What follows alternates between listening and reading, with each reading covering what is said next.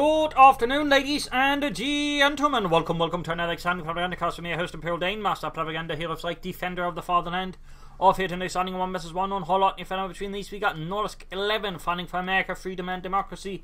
Here rolling out with the 2nd Armored Division West. In the west, we got Panzergrenadier and Angreifen fighting for the Oberkommand West, Germany, Deutschland.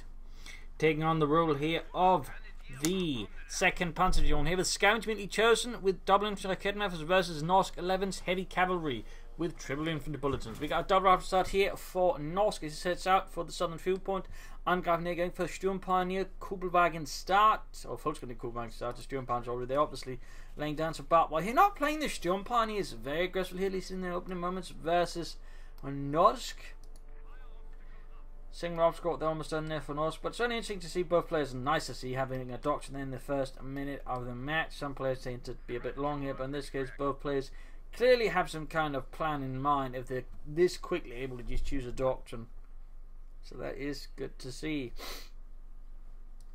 Grabbing the southern field point there, grabbing points here, securing here, could lay down some bar wire. There we go, on the point, securing points there, and he's going to leave the Kuban and secure the territory here.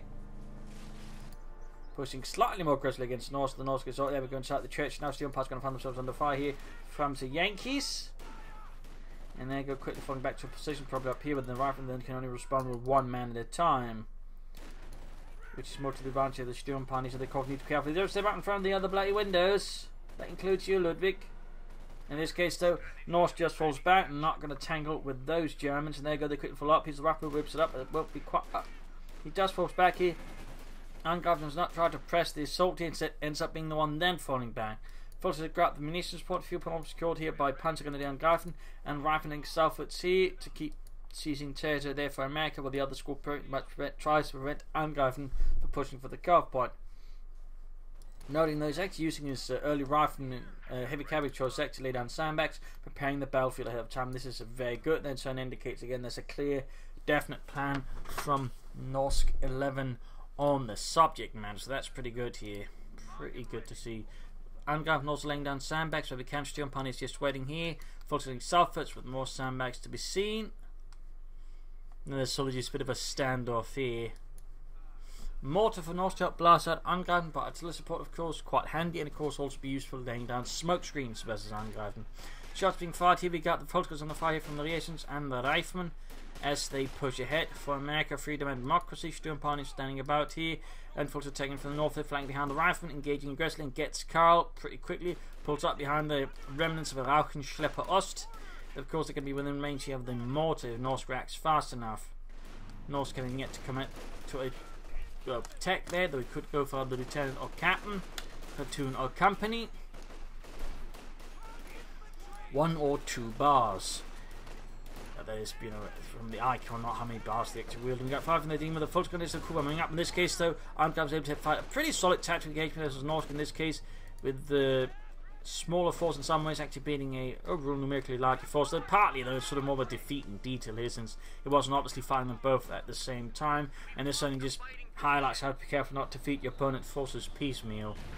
And there you go, the mortar quickly eliminates several Volksgrenadiers, blasting Fritz and Otto into dust. Sturmpioneers still not standing back, though there's actually no opening here. They could rush through the church, get behind here, and flank the Riflemen, for example, but it seems like he's forgotten about the Sturmpioneers. A bit awkward. And the South Volks moving ahead as well for Angreifen, so he's now moving for a more broader sweep, but again, a bit scattered, and he's still forgotten about the Sturmpioneers. As for Norsk, it is going to be the captain on the way there, which could mean stewards and other fun things. And with Rifleman northwards here, Angreifen sees his chance to push it with the Sturmpioneers going here for the mortar crew. Pops into that, but now there's 2 rifle squads waiting here to blast the Sturmpioneers into pieces. He just retreats there, I think. That is very much the right choice here. We got the battle group headquarters, or should have how much lever out there, which could become a battle group headquarters, could become mechanized regiment. He's laying down sandbags here. Nice work there by Angreifen. A lot of sandbags going down from both sides. Norsk can, of course, also consider laying down mines. That'll make it harder for Angreifen to move about freely on the battlefield, which certainly I think be a good choice there from Norsk.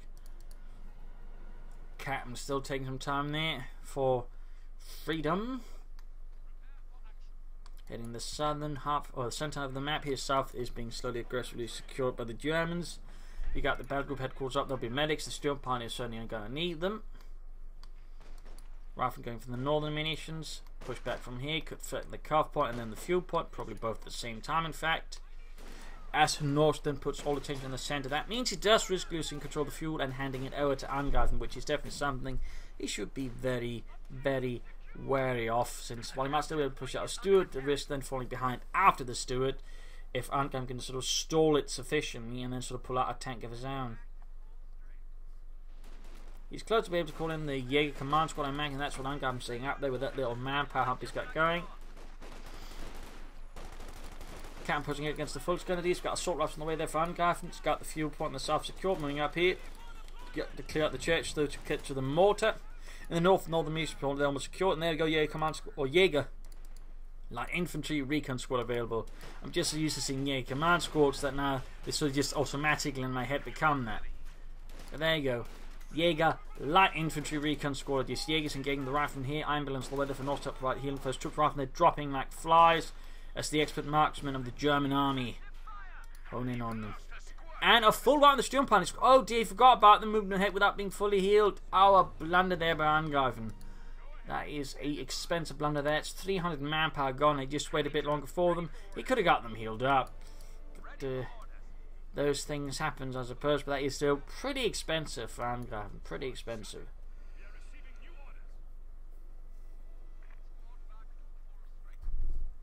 And I think will not be easily overcome. So we'll have to see though. How will Norsk follow up on this little success? We got Angreifen the replacing the Sturm Pioneers. Grab the southern fuel point.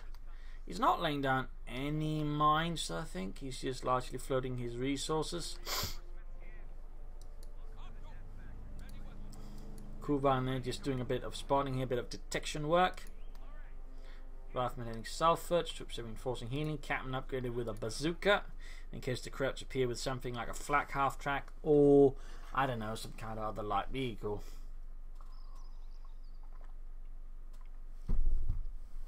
Norse there going for the steward M5 A1.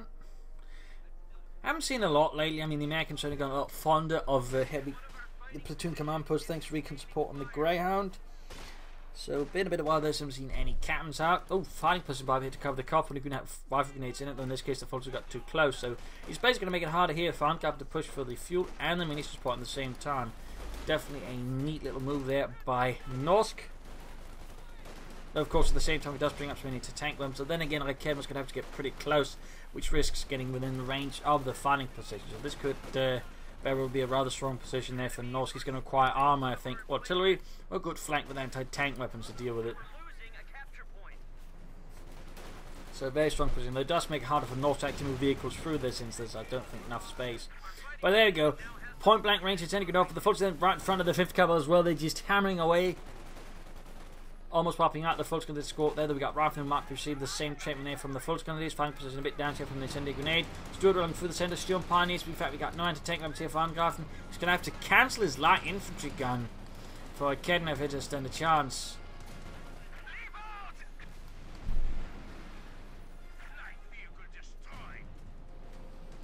Except he doesn't. And we got a grenade assault to clear out the fighting position. Bit expensive munitions here, both the munitions incendiary grenade and a grenade assault, but it did get the job done. It did get the job done. Troops reinforcing healing. We got weapon max on the way there for Norsk. Probably one of the reasons why I did not go for mines, because I wanted to stay up for some BARs. But Angreifen there has the Rakedman on the way. He could also actually consider taking up soon instead of spare punted quarters. I mean, with the Rasmus being able to do it on Norsk and the fact he went for a Stuart light tank, Angreifen should have a small chance of actually being able to pull ahead here with a medium tank, and Norsk will probably have to go for some bazookas to sort of back himself up against such an eventuality, because a Panther 4 could give him quite a headache. So I came over there ramming for Angreifen.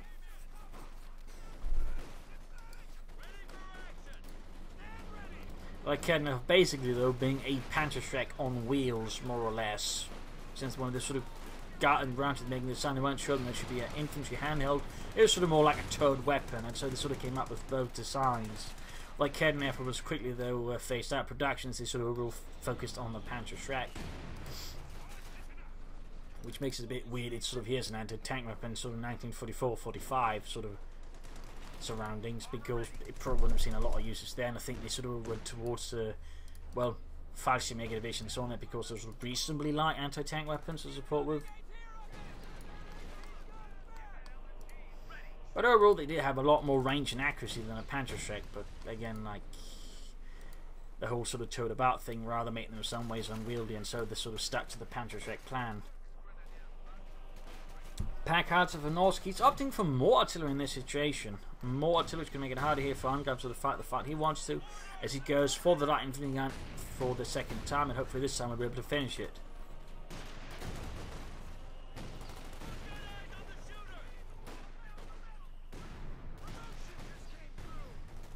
But Norsk is in much more command of the field now here versus Angreifen. Those quickly flanking behind with the Volks getting behind the captain, also affecting the mortar crew again.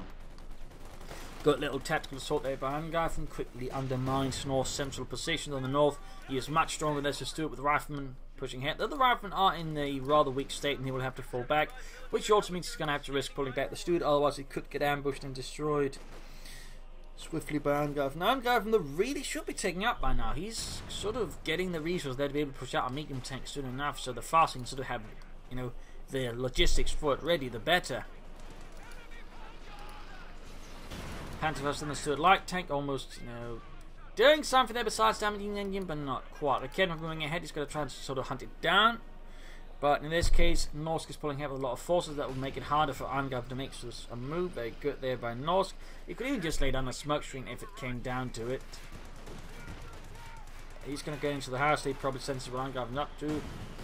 Or just when he wants to fight the Volksgrenadiers is on a better footing. Either way, that did not quite wake up. We got Steel Pioneers with a Panzerschreck.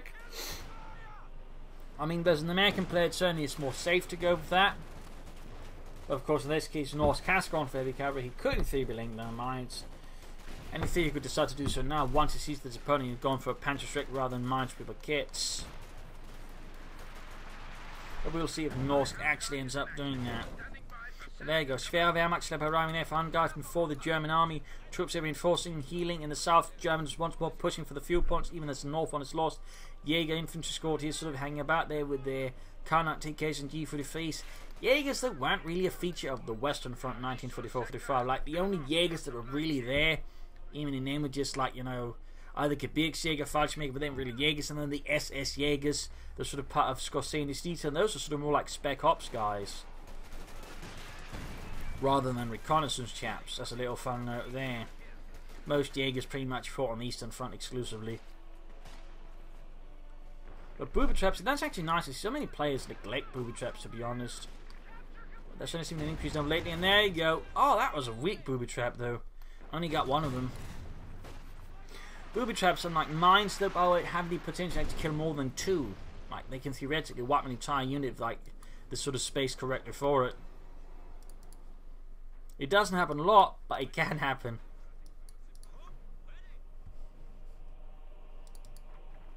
So in this case, Angreifen wasn't quite rewarded for his booby trap in the hand. He's been punished there for not being able to secure the hold the fuel point away from the Yankees.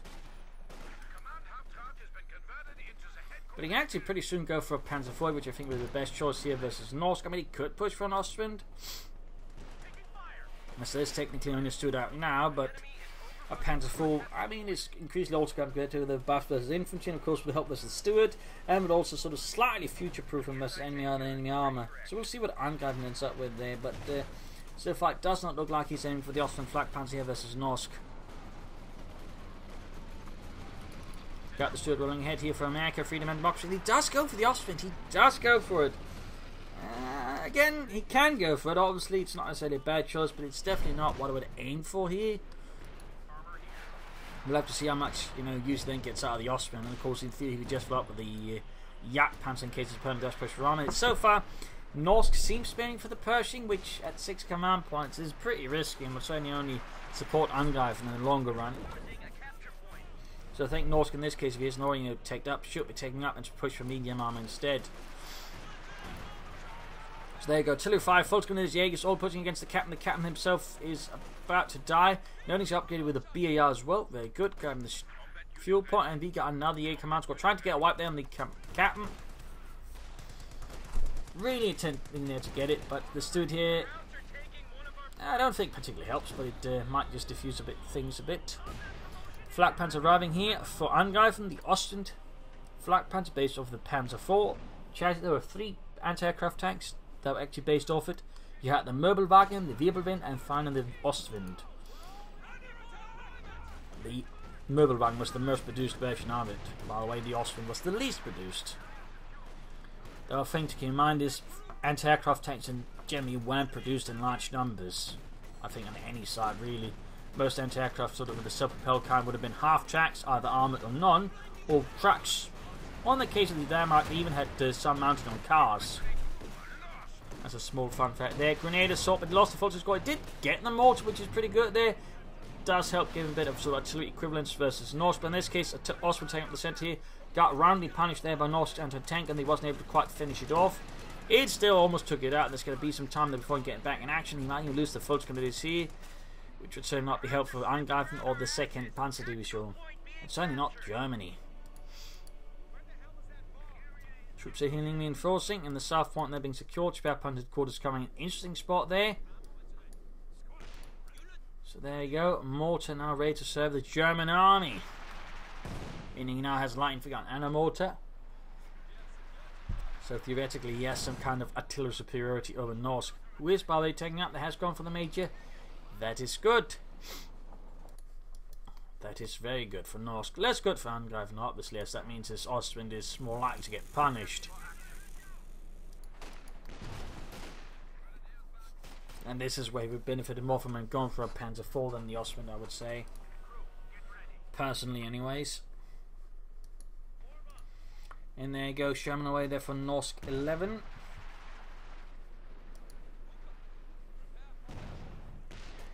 Volksgrenadiers heading for the centre. Troops are repairing, sitting out. He could consider just smoking the church. There he does us run up, so probably grenaded. The A command squad rushing the major out. Then we got artillery called in by the major on the A command squad, forcing retreat. Could have been decoy smoke, I suppose. I don't think it is. Yep, that was not decoy smoke. It does help. He doesn't have Veterans 1, which you need Veterans 1 at the very least, I think, to get the decoy smoke. Yep, no, that requires Veterans 2. Well, decoy barrage, but you know, it's just a smoke crawling. In that sense. Rifle pushed back the A command squad. We've got a camera from away here for Angreifen. Stood sitting about, half 8 to Veterans 2. Angreifen can soon push for a Jagdpanzer or a Panzer IV.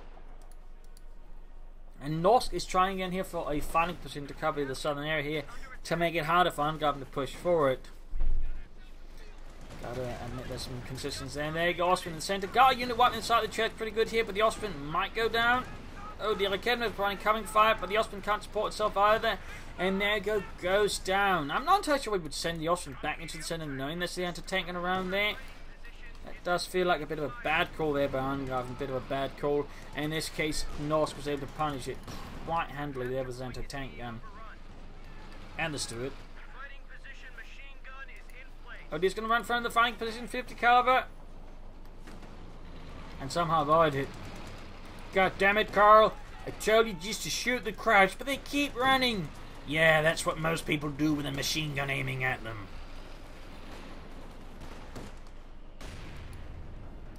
Got weapons sort of flying around there, scattered in the church. Double BARs there.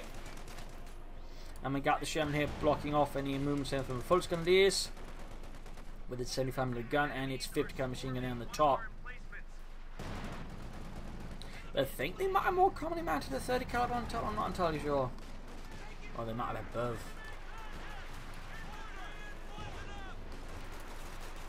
Shermans, as the war went on, became increasingly not always standard, as the crews had a sense of just modifying the tanks in different ways. Some would wield on more armour to sort of create their own sort of, shall we say, improvised jumbo Shermans. As a fun fact. Oh, that was something most tank crews, at least, I think, all armies to an extent, I think, did with their tanks, maybe not the Soviets, but the German tank crews, I think, were also known for just welding on extra armour, something like that, just to improve the protection of the tank. But about to lose this Germany, that's a bit awkward movement there. Oh! Got hit with the light infantry gun, and both the kidnappers miss. Huge pathing issue here for Norse, though. I think that's what happened there. Like, I think what happened, he gave a reverse move order, and for some reason did the 180 move thing there. I hate it when that happens. I've lost quite a few tanks to that, to be honest. In this case, though, Norse got absurdly lucky. It didn't, you know, cost him his tank there, but that was pretty close. That was pretty close there for Norsk. And the third or second armored division, unfortunately taking loss here from the pack out of there.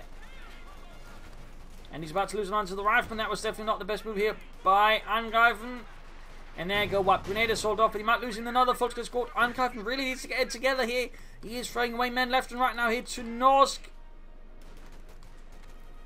And he's going for a Panther. Well, it's actually close to be able to go for a Panther, but the Panther will certainly have more impact as an infantry. And I also think at this stage, he should consider getting Obersoldaten with some light machine guns to take on Norsk Riflemen. I think that'd help him out a lot. But there you go, Rifles got caught with the Jaegers and quickly repulsed. So going for the Panther 4 here, troops reinforcing, sending out here, Shan being fixed up as well. Stuart saying Norfolks, Bexley 2 by the way. Fun fact about the Stuart, its interior was incredibly cramped. There was not a lot of room for the crew itself due to the interior layout. And most American tanks were actually in that regard pretty roomy and actually, you know, quite comfortable, but the Stuart tends to be sort of the big exception. Grenade assault here.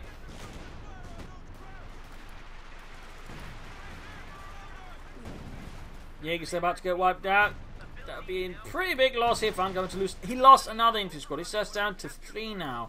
He is suffering up pretty heavily here versus Norsk, and he definitely needs to work on, you know, A, not losing as many men, but also replacing them, because it's just down to 3 infantry squads.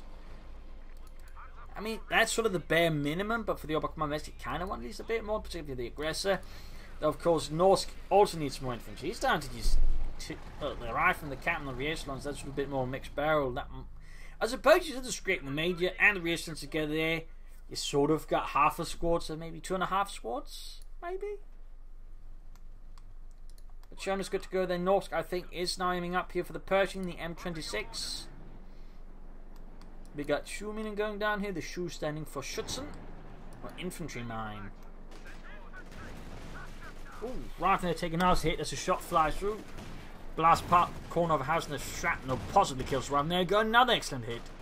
And again, this is kind of why I think you should just go for a Panther 4, because A, it's got more armor, and B, the buff made it pretty good versus infantry. I kind of wish they gave the same buff to the Wehrmacht one, to be honest.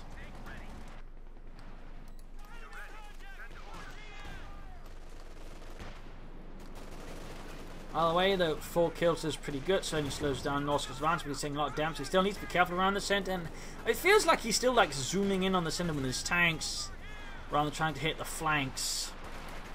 And actually, you know, not get exposed to heavy anti-tank gun fire. Pushing in for the Sherman, getting up close, which actually only helps the Norse tank because it decreases the overall effectiveness of the armor there. Though it does help in this case. Norsk has forgotten to switch to armor-piercing rounds.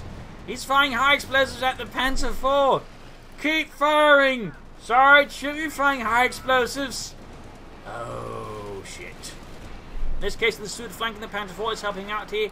Angreifen, of course, is not going to risk that, but good lord, that was a bit of a blunder there by Norsk. Can't blame that one on pathing. Angreifen, what are you doing with the Panther 4? Pull it back, blitz! Might be too late, though. I mean, the thing about the American M1 anti-tank bow is it has a 50% higher rate of fire than most other anti-tank guns. So if you immediately come under fire from you, in most cases you actually have just to pull back immediately because it can very quickly take out your tanks. And if there's 2 of them, you really just need to get out of there fast.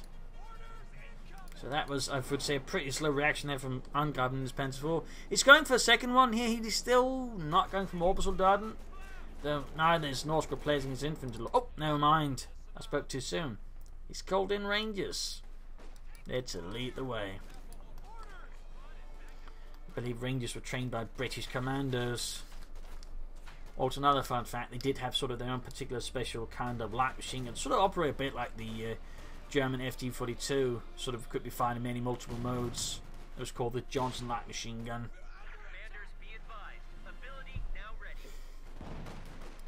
Spotting the anti-tank, and then Norse pushing it a bit too far ahead, in fact leaving it pretty exposed. Bit of a blunder here. Angreifen can wipe out the crew to somehow destroy the anti-tank, and that'd be pretty big. In this case, he decides not to. Sherman moving in as well here, so missed opportunity of thinking to get the anti-tank, and then again, he might never stood a chance, so I'm not going to judge too harshly. And there goes a grenade assault to slightly cover up there against the Americans. There goes second Panzer IV, first Panzer IV though being repaired.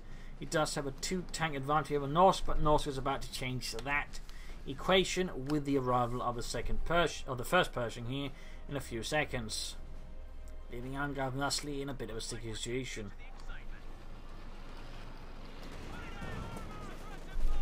But if he can either get rid of the anti-tank on the Sherman, he might have a better chance here. Panzer IV landing several good hits, and there you go, M26 Pershing available here for Norsk and the 2nd Armoured. So heading southwards, Reasons finding in here with the BAR and the rifle grenades. Jaegers there about to get assaulted by the Stuart light tank. He's not calling in the Pershing yet.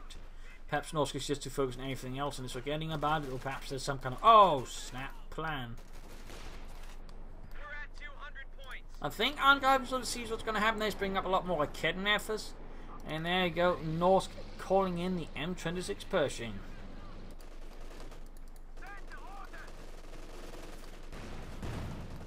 Almost got the reactions there. Moving up for the centre again. I can't help but keep underestimating the anti-tank gun there.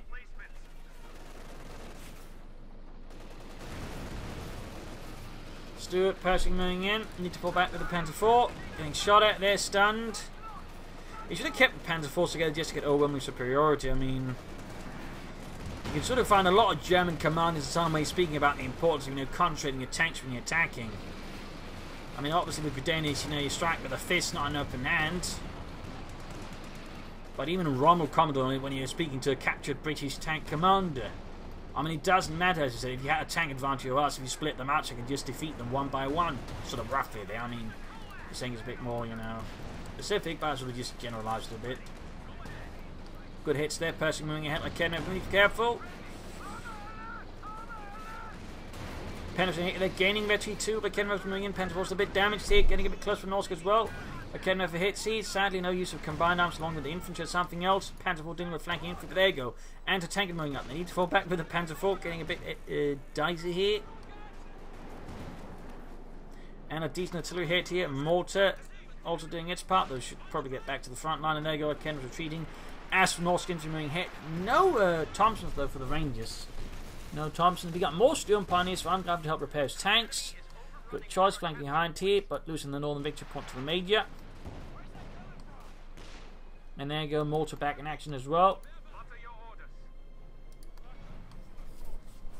But Norsk is taking advantage of the fact that Angreifen's panzers are no longer on the field to push ahead and gain as much ground here versus Angreifen as possible, which I definitely think is the right choice. I mean, the mistake some players like to make is, they've beaten the enemy and they'll just, sit about there licking the wounds, rather than trying to at least, somehow push ahead and sort of push back their opponent's territory as much as possible, inflicting economic damage. So even while he's a bit, falls a bit dented there, he sort of leaves the more wounded behind to secure real lines, but then push ahead with the more fresher units for the front, and tries to further enhance it. So good move there, I think, by Norsk. Puts more pressure on Angreifen, could force him to commit his tanks before they're ready in a numerical sense. And there you go, does happen. He's sending in one Panzer IV here with no real support.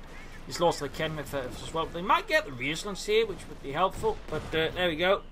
He's going to have to fall back with the Panzer IV, and that's, again, Norsk essentially now regains any sort of arm advantage because Angreifen now is feeding his tanks in piecemeal to Norsk, which only makes it harder here for Angreifen. And there you go, Panzer IV again. He knows it's an anti-tank gun, at least should be aware of this, plus the Pershing. He still sends in the Panzer IV in the exact same angle. That is definitely tactically unwise and almost cost him his Panzer IV there. So that was definitely not the best. I mean, you're better off, trying to scout out en route for the south, then flank behind the Norse, taking out the anti-tank and flanking Stuart and the Pershing, rather than trying to engage them head-on with the Panzer IVs, to be honest, because they're not going to have a great chance versus the Pershing head-on anyways. He's smoking now, by the way, laying down a smoke screen here, sort of trying to make it hard for him to defend. Great, but that should have been out sooner than he was going to attack with the Panzer IVs from the front, and of course they should have been both there, supported if necessary by Sturm Pioneers and other things, so Angreifen seems to have slightly lost his bearings, but seemingly regaining them. We'll have to see if we can sort of pull through here, but it's looking a bit more dicey now. He is, though, getting closer to Jagdpanzer, which I think is going to need. We got another show on the way there for Norsk11 as well here in the second armament.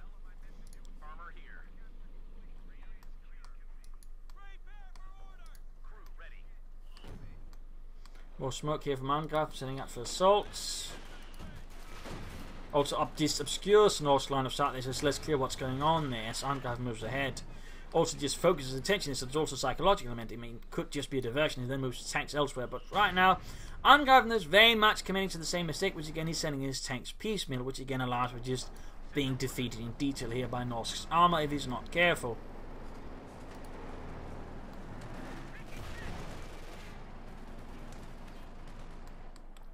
So he is now joining up the 2 Panzer IVs. Good work. Tank support is here. Sherman ready. And we got the Sherman out there for Norsk. Angreifen taking some losses here from the Panzer Force, and there he's going for the Jagdpanzer. Infantry moving ahead here. So there suddenly things looking a bit more coordinated here for Angreifen, though in this case we're coming to meet the under fire from the Pershing. Panzer Force moving ahead, Panzer fire there on the Pershing tank. Sturm Pioneer Squad falling back. Getting a bit dicey here, falling back for now. Oh dear, slightly awkward pathing here for the Panzer Force, which does risk exposing them to fire here from Norsk's armour. Gets a shot, but takes a pension hit as well. They're close to T2. Akerman moving in, the remaining one. Infantry charging it, and there you go. We got combined arms from Norsk. We got combined arms. Someone is actually using it. They need to keep pacing with the tanks, otherwise they won't be able to the benefits of it fully. But there you go, Pershing hammering away there. Note, combined arms increases range and rate of fire on tanks, making them that much more lethal. Infantry also gets a boost, and there you go. Kedmev getting blasted, bombarded by Norsk's armoured force. Though he is not being quite as aggressive with this, I think he could be, pressuring Angreifen a lot more as this powerful ability goes on. So I think a slightly missed opportunity here, but still I think had a sufficiently deterrent effect there on Angreifen to sort of just, prevent him from just pursuing for any time being there. But he could have, I think, done a bit more with it. And there you go, Angreifen sees an opportunity, strikes in the centre there. Good work, good work.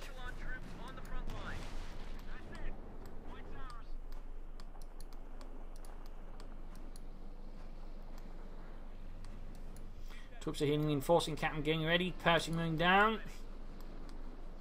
Needs to be over there with the mortar, Angreifen, 4646. I am the light infantry gun. I think he's just mass selected and then accidentally sent in his mortar crews ahead there, and artillery crews, and the tanks on the Kedmev is not covering it at all. So risk being rushed there. He's also victory points wise starting to fall behind Norsk there. One of our fighting positions is sustaining fire. Destroying that fighting position, and there goes Sherman hit, catching the mortar out in the open. Jagdpanzer's not close to the front line to covering fire.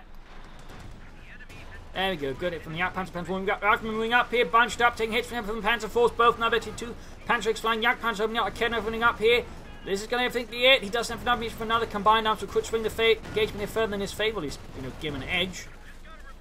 And right now he's taking a lot of damage head on here from Angreifen as the Jagdpanzer and the Panzer Force doing a lot of damage into the game flank. But there you go, Sherman flanks in the Ranger support going here for the Panzer Force, gets one of them, Jagdpanzer moving ahead, and a tank, and they're proving here the key element with both abilities activated. He can just tear through most of the armour easily. Stewart almost down, Sherman down. Jagdpanzer, he's going to lose it, he's going to lose the anti-tank gun. There we go, M1 anti-tank gun shatters it as well. Big loss here for Angreifen, just down to a single Panzer IV now. Losing the victory points, losing his infantry. He could have tried maybe sneaking a Jaeger command or infantry squad there to just hit the anti-tank gun maybe. We've got another Kenneth on the way, but things are quickly looking bleak here. Anti-tank gun opening up here as well on the remaining anti-tank Panzer IV, almost knocking it out there. Troops forcing healing back here. Sham securing territory.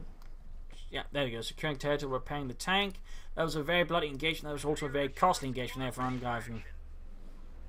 The anti-tank in there definitely playing, I think, a larger part. Stewart being fixed up. Pershing also going to need some repairs. Infantry took some losses, but I think nothing too critical. Down to 133 there for Angreifen, now quickly bleeding out. He got the mortar being pushed ahead.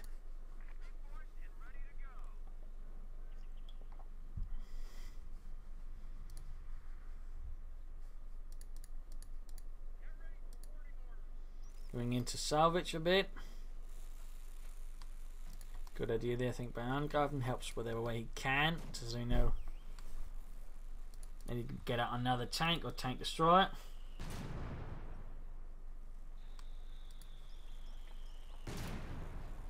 If he can salvage the Sherman that break up there, that might also be nice for him.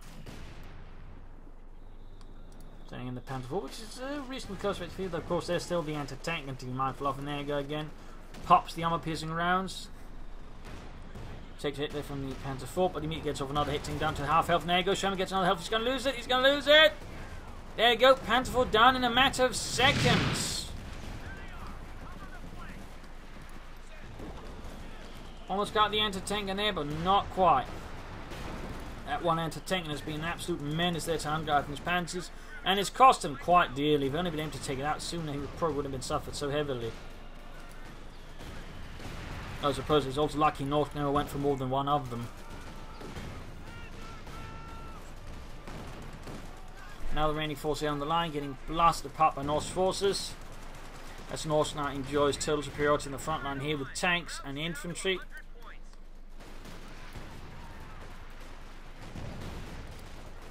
99 points versus 158, and there you go. Game over, game over. A loss to Angreifen, a victory here for Norsk11.